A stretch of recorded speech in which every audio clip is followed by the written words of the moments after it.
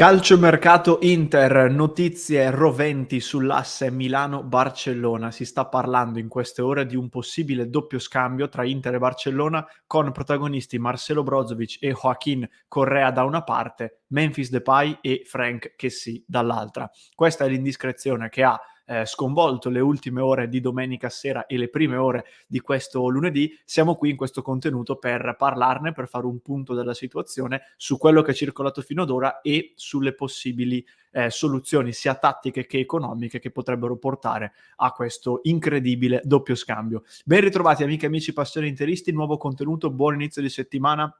Vi chiedo subito un mi piace al contenuto e un'iscrizione al canale e lanciamoci diretti perché abbiamo tante cose di cui parlare. Allora, una sintesi delle notizie di cui si è parlato. La prima delle due notizie circolate è stata quella riguardante Brozovic e Kessy.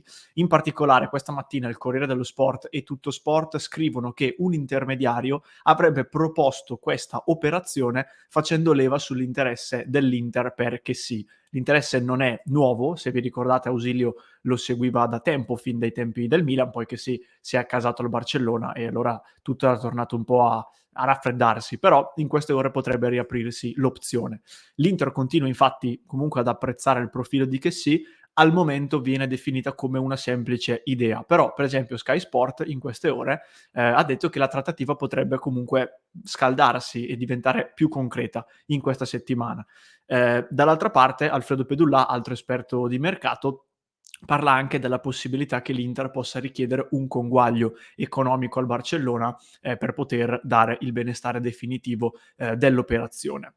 In seguito è arrivata anche un'indiscrezione riguardo questa seconda notizia che ha come protagonisti invece Joaquín Correa e Memphis Depay. In questo caso la notizia arriva da Gerard Romero, giornalista spagnolo molto vicino alle vicende di casa Barcellona, che addirittura si è spinto fino a dire che i due club sarebbero già d'accordo per l'operazione e per l'ok definitivo mancherebbe solamente l'approvazione di Depay, quindi una trattativa molto avanzata, praticamente in fase conclusiva. Si parla per il momento di un contratto di 6 mesi per entrambi, ma fra poco su questo ci torno.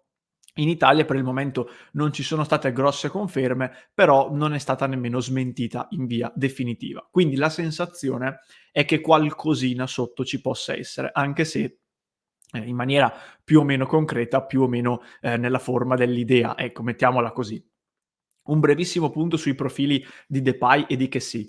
Kessy più o meno lo conosciamo tutti, centrocampista che ha fatto anche le fortune del Milan. Una prima parte della sua avventura rossonera non è stata molto positiva, poi da quando è arrivato Stefano Pioli in particolare è diventato uno dei veri leader della squadra. Ci sono state pezzi di stagioni in cui Kessy è stato veramente un trascinatore del Milan, giocatore muscolare con una discreta tecnica, ma che ovviamente fa della forza fisica e della resistenza uno dei suoi più importanti valori. Mezzala, quindi comunque un giocatore diverso rispetto a Brozovic, che però all'Inter potrebbe servire, ma anche qui fra poco ci torno. Depay invece è un giocatore estremamente tecnico, anche su Depay l'Inter sembrava esserci quando si stava liberando a parametro zero dal Lione, non c'è mai stata in maniera super concreta, però se n'era parlato, alla fine è andato al Barcellona, un giocatore che fino a qualche anno fa, lui adesso ne fa 29 di anni nel 2023, quando era un pochino più giovane, diciamo all'inizio della carriera, veniva veramente considerato un potenziale fenomeno assoluto. Rimane comunque, ripeto, un ottimo giocatore molto tecnico che secondo me si incastrerebbe molto bene con più o meno tutti gli attaccanti attualmente nella rosa dell'Inter. Il problema è che ha avuto anche diversi problemi fisici nella sua carriera nel frattempo e in particolare vi condivido la scheda Transfermarkt. Come vedete, a partire dalla rottura del legamento crociato che ha accusato nella stagione 2019-20, nel dicembre 2019, ha saltato quasi 200 giorni solo per il crociato, poi altri 32 per un infortunio alla coscia, 42 per un problema al tendine d'Achille, altri 10 per uno stiramento alla coscia e altri 60 per un altro problema alla coscia molto recente. Quindi diciamo che da quel problema al crociato ha avuto purtroppo una carriera dove gli infortuni si sono fatti sentire e questo credo che sia forse il principale limite del profilo di Depay, che rimane un giocatore di grande valore. Questo quindi molto, molto rapidamente un riassunto dei profili di Depay e di Kessie. Veniamo ai 2 discorsi, tattico ed economico. Parto da quello tattico. Sullo scambio Depay-Correa, ragazzi, c'è pochissimo da dire, lo sappiamo bene tutti. Al momento l'apporto di Correa all'Inter è quasi pari a 0, quindi mi verrebbe da dire che più o meno chiunque lo sostituisca potrebbe potenzialmente dare di più. Depay è molto tecnico, come vi dicevo, potrebbe incastrarsi bene sia con Lukaku che con Lautaro, forse anche con Dzeko, ma secondo me soprattutto con i primi due, e potrebbe essere anche quel tipo di calciatore che ti risolve quelle partite con la giocata, con la fiammata che l'Inter purtroppo non ha e che secondo me ha perso quando ha lasciato andare Alexis Sanchez. E per questo io faccio un lieve parallelismo tra Depay e Dybala, giocatori non simili, ma che da questo punto di vista, dalla possibilità di risolvertela con la giocata, hanno secondo me dei punti in comune. Tra l'altro non dimentichiamoci che Depay è anche molto amico di Lukaku e quindi anche per un discorso di feeling in campo questo può aiutare, ma anche per un discorso diciamo legato all'operazione, perché peraltro lo segue lo stesso avvocato che segue Lukaku, quindi questo è un altro elemento da tenere in considerazione.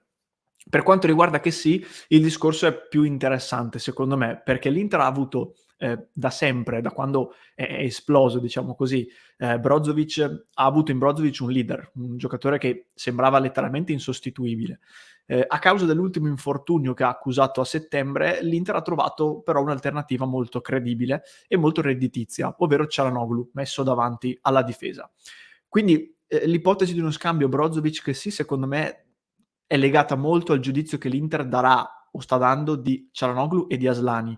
Nel senso, se il primo viene considerato a tutti gli effetti un regista e si vuole puntare su di lui, e sul secondo si intravedono invece miglioramenti e gli si vuole dare fiducia, allora potrebbe avere una sua logica l'idea di dire: io mi privo di Brozovic, che in questo caso sarebbe il terzo regista della rosa, potendo contare su altri 2 profili che mi stanno dimostrando di poter coprire quella posizione, e mi porto a casa un giocatore come Kessie che, dal punto di vista delle caratteristiche come incontrista l'Inter in rosa non ce l'ha, a meno che non si voglia considerare Gagliardini un incontrista, che potrebbe anche esserlo, ma non è del livello di Kessie e comunque a giugno saluterà, se non prima. Quindi Kessie è un giocatore che tu in rosa non hai, e in più ha già dimostrato in Italia di essere un giocatore dominante dal punto di vista fisico e non solo. Quindi dipende molto da che tipo di valutazione si fa di Çalhanoğlu e di Aslani, però potrebbe avere un suo senso in quest'ottica. Dal punto di vista economico vi do qualche numero, ma poi dobbiamo un attimino rimanere in attesa. Perché? Allora, sul discorso Correa-Depay, Correa in questo momento ha un ingaggio da circa 6 milioni e mezzo lordi, qualcosina di meno, e al 30 giugno 2022 aveva un valore a bilancio di 25 milioni. L'ammortamento dovrebbe essere intorno agli 8 milioni circa. Quindi in questo momento il suo peso a bilancio dovrebbe essere più o meno intorno ai 20-21 milioni di euro. Per quanto riguarda Depay c'è un piccolo dubbio legato all'ingaggio. Ci stavamo confrontando anche prima con Lorenzo in redazione, perché Depay avrebbe firmato a 7 milioni netti col Barcellona, però l'estate scorsa in quelle manovre che il Barcellona ha fatto per cercare un taglio degli stipendi, Depay aveva accettato, secondo alcune indiscrezioni che erano uscite, di tagliarsi l'ingaggio fino a 5 milioni netti. Non è chiaro, vi dico la verità, se al momento questi 5 milioni siano ancora in essere o se invece l'ingaggio di Depay sia tornato al numero precedente. Se dovesse essere ancora sui 5 milioni netti, considerando il decreto crescita di cui godrebbe venendo in Italia, andrebbe all'ordo sui 6 milioni e mezzo circa. Quindi l'ingaggio sarebbe più o meno lo stesso di Correa. Al Barcellona è arrivato a parametro zero, e qui c'è un'ulteriore cosa da considerare però, perché il suo contratto scade a giugno, il 30 giugno 2023. Quindi o viene preso e questo scambio viene fatto a titolo definitivo, una cosa che al momento credo che sia improbabile, sia per le possibilità dell'Inter, ma anche per quelle del Barcellona e per il peso a bilancio che ha Correa all'Inter, che dubito possa uscirne senza una minusvalenza. Se invece si va verso uno scambio di prestiti, allora il Barcellona deve rinnovare di almeno 1 anno il contratto di Depay, perché un giocatore che scade a giugno non può essere dato in prestito con un prestito che scade nel momento della scadenza del contratto. Quindi c'è anche questo discorso da non sottovalutare. Per quanto riguarda Kessie e Brozovic invece, Brozovic è un giocatore ormai completamente ammortizzato per l'Inter e che dopo il rinnovo dell'anno scorso ha un ingaggio da circa 6 milioni, 6 milioni e mezzo netti, che lordi sono circa 12. Nel caso di Kessie è arrivato a parametro zero al Barcellona, peraltro ha firmato anche, qualcuno parlava di una clausola rescissoria da 500 milioni di euro, sta cosa che ogni tanto si inventano, con un ingaggio da 6 milioni e mezzo netti. Quindi se ci fosse il decreto crescita all'attivo, il lordo al pari del netto fra Brozovic e Kessie, ovviamente il lordo di Kessie sarebbe un pochino inferiore rispetto al lordo di Brozovic. Bisogna però capire se c'è il decreto crescita, perché dipende da un certo numero di giorni di residenza sui 365 dell'anno e dipende anche dal fatto che Kessie abbia eventualmente cambiato il luogo di residenza, perché vi ricorderete quando si parlava di Lukaku, il discorso era opposto in quel caso, ma ciò che permetteva all'Inter di sfruttare ancora il decreto crescita su Lukaku era il fatto che lui non avesse cambiato la residenza da Milano, nonostante l'anno a Londra. E lo stesso varrebbe per Kessie, ma all'inverso, cioè se Kessie avesse mantenuto la residenza a Milano, allora non potrebbe esserci probabilmente il decreto crescita. Quindi questo fa comunque la differenza, perché è chiaro che con un ingaggio netto pari, avere un lordo inferiore grazie al decreto potrebbe fare tutta la differenza del mondo. Ovviamente, a differenza di Correa Depay, lo scambio Brozovic che sì, essendo entrambi a valore quasi zero a bilancio, potrebbe essere funzionale al discorso plusvalenze, perché potrebbe rappresentare una doppia plusvalenza, niente male per i due club in caso di cessione appunto ad un certo quantitativo di milioni che andrebbe individuato. Ultimissimo appunto, e qui cito il nostro Valentino dal club, ne stavamo parlando prima, la nostra chat su www.passioneinter.club è esplosa, e Valentino faceva notare una cosa molto interessante. L'anno scorso l'Inter, vabbè, non rinnova a Kolarov e si sapeva, non rinnova a Perisic alla fine, quest'anno si sa già che molto probabilmente non rinnoverà ad Andanovic, Skriniar è estremamente in dubbio e comunque l'anno scorso era stato al centro di voci di mercato e adesso c'è un ulteriore nome che è quello di Marcelo Brozovic. Vi sarete accorti che tutti questi giocatori, al di là della provenienza geografica più o meno simile, diciamo così, fanno parte di un gruppo, di diciamo un blocco di leader che sono stati in tutti questi anni, che l'Inter sembra stia andando pian pianino a sfaldare, sembra se ne stia tra virgolette liberando. Quindi non è da escludere eventualmente che magari tutte queste operazioni, se poi dovessero andare a concludersi, non siano legate anche a questo, a una volontà magari da parte dell'Inter per dinamiche interne che noi possiamo conoscere fino a un certo punto, non è da escludere che l'Inter stia valutando un cambio di leadership, quindi cercando magari di creare uno zoccolo duro più importante di un altro tipo, magari italiano ma non solo, che vada a sostituire quello di Perisic, Handanovic, Skriniar e tutti gli altri che vi ho citato.